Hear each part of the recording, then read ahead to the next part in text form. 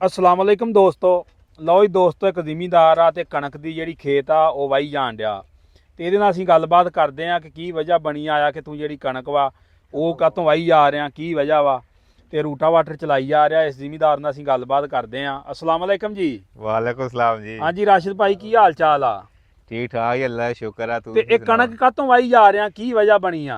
एक कमाद ਵੱਢ ਕੇ ਕਣਕ ਬੀਜੀ ਸੀ ਤੇ ਕਣਕ ਕੋਈ 25-30 ਮਣ ਏਕੜ ਤੋਂ ਨਿਕਲ ਆਉਣੀ ਸੀ, ਪਰ ਅੱਛਾ। ਕੋਈ ਕਣਕ ਦਾ ਰੇਟ ਕੋਈ ਨਹੀਂ ਹੈ ਅੱਛਾ, ਤੇ ਇਸ ਕਰਕੇ ਇਹ ਕਿਹਾ ਵਾਹ ਕੇ ਕਣਕ ਤੇ ਪਿਛਲੀ ਪਈ ਏ ਸਹੀ ਆ, ਤੇ ਪੱਠੇ ਪੁੱਠੇ ਬੀਜ ਕੇ ਡੰਗਰਾਂ ਨੂੰ ਪਾਉਂਦੇ ਆ, ਸਹੀ ਆ, ਇਸ ਤੋਂ ਵਾਈ ਜਾ ਰਹੇ ਆ। ਬਾਕੀ ਇਹ ਕੋਈ ਕਣਕ ਤੇ 25-30 ਮਣ ਕਿੱਲੇ ਦੀ ਨਿਕਲ ਆਉਣੀ ਸੀ, ਸਹੀ ਆ, ਸਹੀ ਆ। ਅੱਗੋਂ ਰੇਟ ਹੈ ਕੋਈ ਨਹੀਂ। ਨਹੀਂ ਤੇ ਕੀ ਤੁਸੀਂ ਚਾਹੁੰਦੇ ਜੇ ਤੁਹਾਡਾ ਕੀ ਖਿਆਲ ਆ? ਜਿਹੜੇ ਜ਼ਿਮੀਂਦਾਰਾਂ ਨੇ ਬਹੁਤ ਜ਼ਿਆਦਾ ਕਣਕ ਲਾਈ ਆ, ਕਣਕ ਦੇ ਜ਼ਿਮੀਂਦਾਰ ਨਾਲ ਕੀ ਹੋਣ ਵਾਲਾ ਇਸ ਸਾਲ? ਕੀ ਹਾਲਾਤ ਨਜ਼ਰ ਆ ਰਹੇ ਤੁਹਾਨੂੰ? ਇਹ ਜੋ ਪਿਛਲੇ ਸਾਲ ਹਾਲਾਤ ਬਣੇ ਸੀ, ਮੈਨੂੰ ਲੱਗਦਾ ਉਸ ਤੋਂ ਵੀ ਬੁਰੇ ਬਣ ਜਾਣੇ ਨੇ।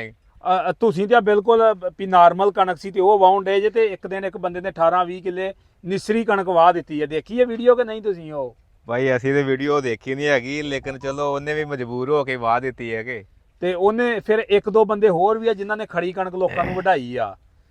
ਰੇਟ ਕਣਕ ਦਾ ਹੈ ਕੋਈ ਨਹੀਂ, ਜ਼ਿਮੀਦਾਰ ਤੱਕ ਆ ਕੇ ਵਾਈ ਵੀ ਜਾਣਦੇ ਆ, ਕੋਈ ਵੱਢੀ ਆਉਂਦੇ ਆ, ਡੰਗਰਾਂ ਨੂੰ ਕਹਿੰਦੇ ਪਾਓ। ਹਾਂ, ਤੇ ਕੀ ਗਵਰਨਮੈਂਟ ਨੂੰ ਕੀ ਕਹਿਣਾ ਚਾਹੁੰਦੇ ਜੇ ਵੀ ਕੋਈ ਕਣਕ ਦੇ ਰੇਟ ਦੇ ਉੱਤੇ ਕੋਈ ਨਜ਼ਰਸਾਨੀ ਕੀਤੀ ਜਾਵੇ? ਗੌਰਮੈਂਟ ਨੂੰ ਤੇ ਇਹ ਕਹਿਣਾ ਚਾਹੁੰਦੇ ਆ ਕਿ ਕਣਕ ਦੇ ਰੇਟ ਦੇ ਜੋ ਪਿਛਲੇ ਸਾਲ ਰੇਟ ਚੱਲ ਰਿਹਾ ਸੀ, ਪਿਛਲੇ ਸਾਲ ਨਹੀਂ ਉਸ ਤੋਂ ਪਿਛਲੇ ਸਾਲ ਰੇਟ ਚੱਲ ਰਿਹਾ ਸੀ, ਅੱਛਾ ਸੀ, ਇਮਰਾਨ ਖਾਨ ਦੀ ਹਕੂਮਤ 'ਚ ਉਹ ਰੇਟ ਦਿੱਤਾ ਜਾਵੇ, ਕਣਕ ਜ਼ਿਮੀਦਾਰ ਵੀ ਖੁਸ਼ਹਾਲ ਰਹਿਣ। ਸਹੀ ਆ। ਨਹੀਂ ਤੇ ਜ਼ਿਮੀਂਦਾਰ ਦੇ ਜਿਹੜੇ ਮੌਜੂਦਾ ਹਾਲਾਤ ਆ, ਇਹ ਕੀ ਸਮਝਦੇ ਹੋ? ਇਹ ਮੌਜੂਦਾ ਹਾਲਾਤ ਜਿਹੜੇ ਜ਼ਿਮੀਦਾਰ ਦੇ ਉਹ ਤੇ ਬਹੁਤ ਬੁਰੇ ਹੋ ਗਏ ਨੇ। ਸਹੀ ਆ। ਆਦੀ ਖਾਦ ਦੇ ਰੇਟ ਤੇ ਜੋ ਖਾਦ ਦਾ ਰੇਟ ਆ ਉਸ ਤੋਂ ਵੀ ਥੱਲੇ ਜਾ ਕੇ ਕਣਕ ਦਾ ਰੇਟ ਆ ਮਣ ਦਾ।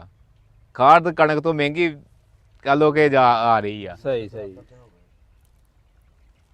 ਅੱਛਾ ਭਾਈ ਰਾਸ਼ਦ, ਇਹ ਜਿਹੜੀ ਤੁਸੀਂ ਗੰਦਮ ਵਾਹੁਣ ਡਏ ਜੇ, ਇਹ ਫੀ ਏਕੜ ਤੁਹਾਡਾ ਕਿੰਨਾ ਖਰਚਾ ਇਹਦੇ ਤੇ ਹੋ ਗਿਆ ਸੀਗਾ ਬੀਜਣ ਲੱਗਿਆ? ਇਹ ਤੋਂ 65-70 ਹਜ਼ਾਰ ਰੁਪਇਆ ਖਰਚਾ ਆ ਗਿਆ ਇਹਦੇ ਤੇ। ਉਹ ਕਿਦਾਂ ਆਇਆ ਸੀ? ਇਹਨੂੰ ਇੱਕ ਬੋਰੀ ਡੀਏਪੀ ਪਾਈਏ, ਪੋਟਾਸ਼ ਪਾਈਏ, ਅੱਛਾ, ਉਸ ਤੋਂ ਬਾਅਦ ਯੂਰੀਆ ਪਾਈਏ, ਨਾਈਟ੍ਰੋਫਾਸ ਦੀਆਂ 2 ਬੋਰੀਆਂ ਪਾਈਆਂ ਨੇ ਸਹੀ ਆ, ਪਹਿਲੇ ਪਾਣੀ ਤੇ।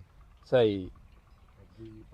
ਬੀ ਭਾਈ ਪਾ ਕੇ ਬਹੁਤ ਖਰਚਾ ਹੋ ਜਾਂਦਾ ਵਾ, ਸਹੀ। ਲੇਕਿਨ ਇਹ ਹੈ ਕਿ ਜਿੰਨਾ ਖਰਚਾ ਹੋ ਗਿਆ ਵਾ ਇੰਨੀ ਇਹਦੀ ਆਮਦ ਨਹੀਂ ਹੋਣੀ, ਇਸ ਤੋਂ ਇਹ ਕਿ ਬਾਅਦ ਦਿੱਤੀ ਕਿ ਪੱਠੇ ਬੀਜ ਦੇ ਡੰਗਰਾਂ ਨੂੰ ਪਾਉਂਦੇ ਆ। ਸਹੀ।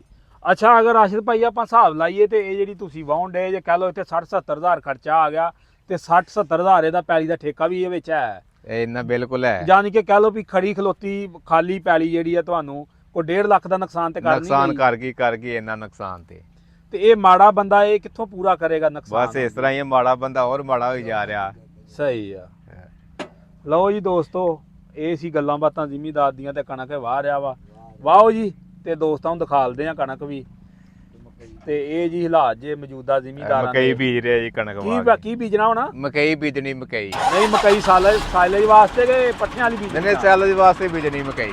ਚਲੋ ਜੀ, ਅੱਲਾ ਦੀ ਸਪੋਰਟ।